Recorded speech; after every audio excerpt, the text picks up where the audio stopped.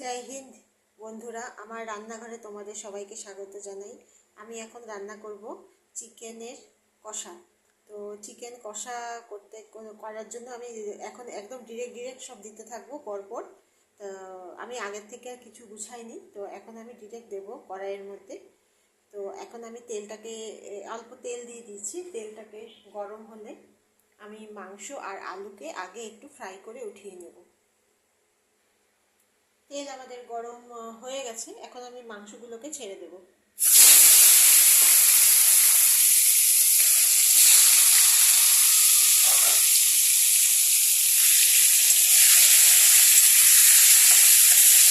মাংসগুলোকে একটু হালকা হলুদ আর লবণ দিয়ে মেখে নিয়েছি। তার সাথে এখন দিয়ে দেবো আলুগুলো।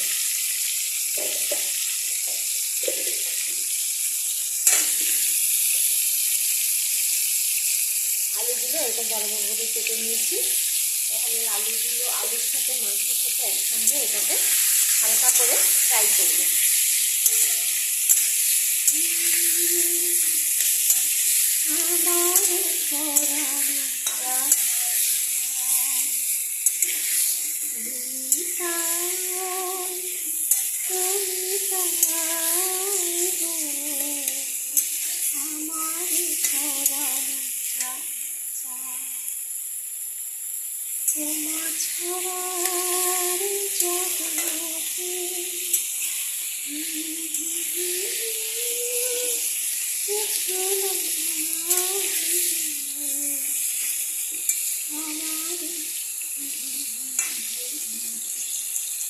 এখন এটা ঢাকা দিয়ে দেবো, 2 থেকে 3 মিনিট ঢাকা দিয়ে রাখবো।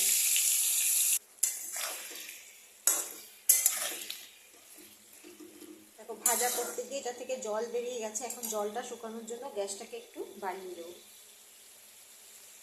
আমার বেলা যে যায় সাথে মেলাতে, আমার সুরে সুরে সুরে মেলাতে, আমার বেলা যে যায় সাথে মেলাতে, আমার সুরে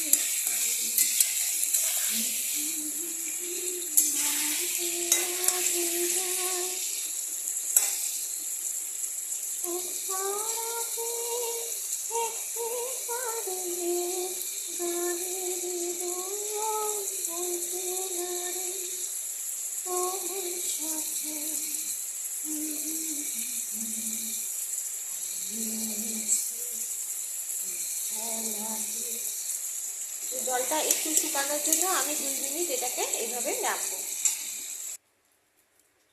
যে আমি মাংস আর আলুটাকে ভাজা করে উঠিয়ে নিয়েছি। এখন কড়াইতে আবার অল্প তেল দিয়ে দেবো মশলাটাকে ভাজা করার জন্য। তেলটা একটু গরম হোক।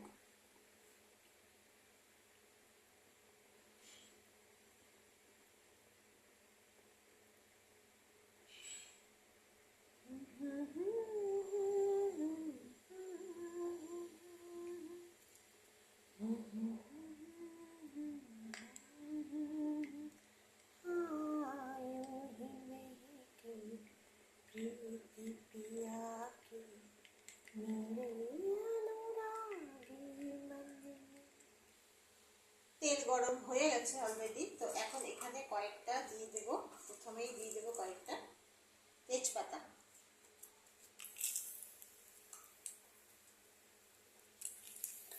তারপরে এখানে দেব আদা, রসুন, পেঁয়াজ, শুকনো লঙ্কা একসঙ্গে বাটা।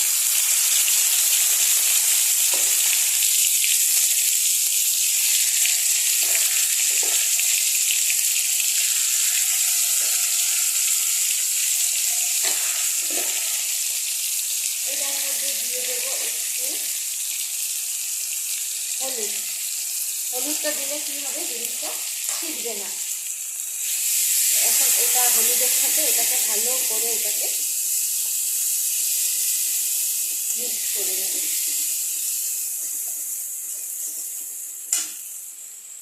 তারপর দিয়ে দেবো এখানে শুকনো লঙ্কা বাটা, যেহেতু আছে সেই জন্য লঙ্কার গুঁড়োটা বেশি দেবো না, অল্প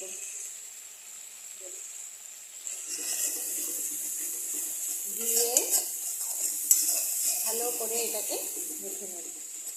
একটু ভালো করে এটাকে পেস্ট করতে হবে। পেস্ট মশলাটা সবগুলোর সাথে যদি সব মিশে যায়, তেলের সাথে যদি সব মিশে যায়, সেই জন্য এটাকে ভালো করে এইভাবে কষাতে হবে।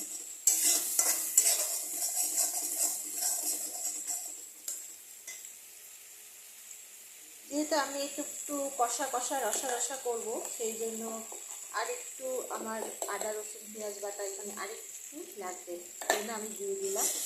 দিয়ে আমি এখন এটাকে ভালো করে কষিয়ে নেব।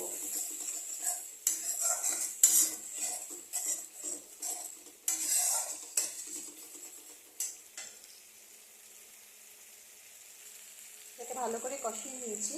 এটাকে ভালো করে কষিয়ে নেওয়ার পরে এই ভাজা করে রাখা চিকেন আর আলুটা দিয়ে দেবো।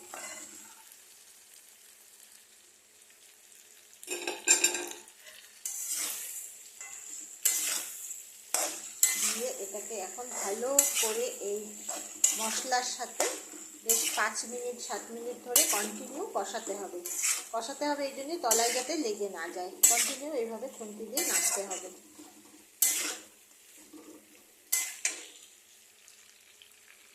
এই প্লেটটার তেলটাকে পুরো কাচিয়ে নিয়েছি, নিয়ে আমি এখানে দিয়ে দিয়েছি। দিয়ে আবার গ্যাসটাকে মিডিয়াম করে এটাকে এখন নাড়বো। এখন মোটামুটি 1-2 মিনিট হয়ে গেছে, আরও 4 মিনিট মতো 3-4 মিনিট মতো এটাকে এইভাবে নাড়বো। এসব 5-6 মিনিট কষানো হয়ে গেছে। এখন আমি এটার মধ্যে অল্প করে চিনি দিয়ে দেবো স্বাদটাকে ব্যালেন্স করার জন্য।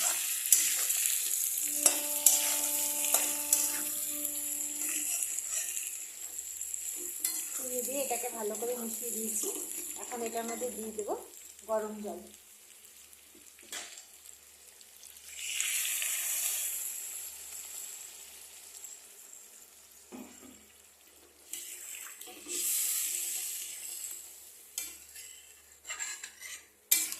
গরম জল দিয়ে ভালো করে, বেশি জল দেবো না কারণ একটু রসা রসা করবো। এটা ফুটতে দেওয়ার মতো, ফুটতে যতক্ষণে জলটা শুকাবে অতটুকু পরিমাণ মতো জলটা দিলেই হবে। তো আমি এতক্ষণে জল দিয়ে দিয়েছি। এখন এটাকে ঢাকা দিয়ে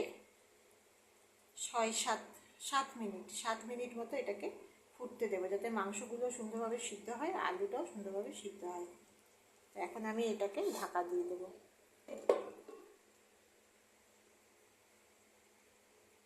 আঁচটাকে মিডিয়াম থেকে একটু কমিয়ে দেব, তাহলে ভিতর থেকে সুন্দরভাবে সিদ্ধ হবে।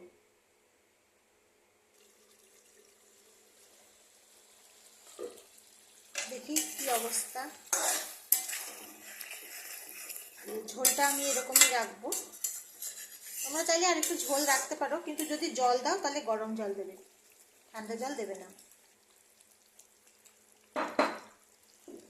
এখন আমি ছোট এলাচ আর দারচিনি গুঁড়া করেছি, ছোট এলাচ আর দারচিনি গুঁড়া করে ওটা আমি এখন এটার মধ্যে দিয়ে দেবো।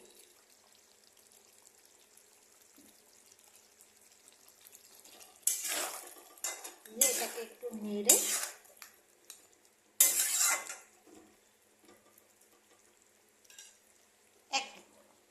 এই 30 সেকেন্ড মতো এটাকে ঢাকা দিয়ে রাখবো। হয়ে গেছে আমার 30 সেকেন্ড। মাংস আমার হয়ে গেছে। এখানে আলুগুলো খুব সুন্দর সিদ্ধ হয়ে গেছে। দেখি একটা মাংস উঠিয়ে কিরকম সিদ্ধ হয়েছে।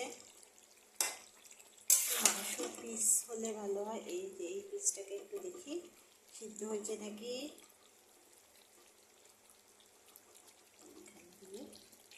খুব সুন্দরভাবে সিদ্ধ হয়ে গেছে মাংসটা।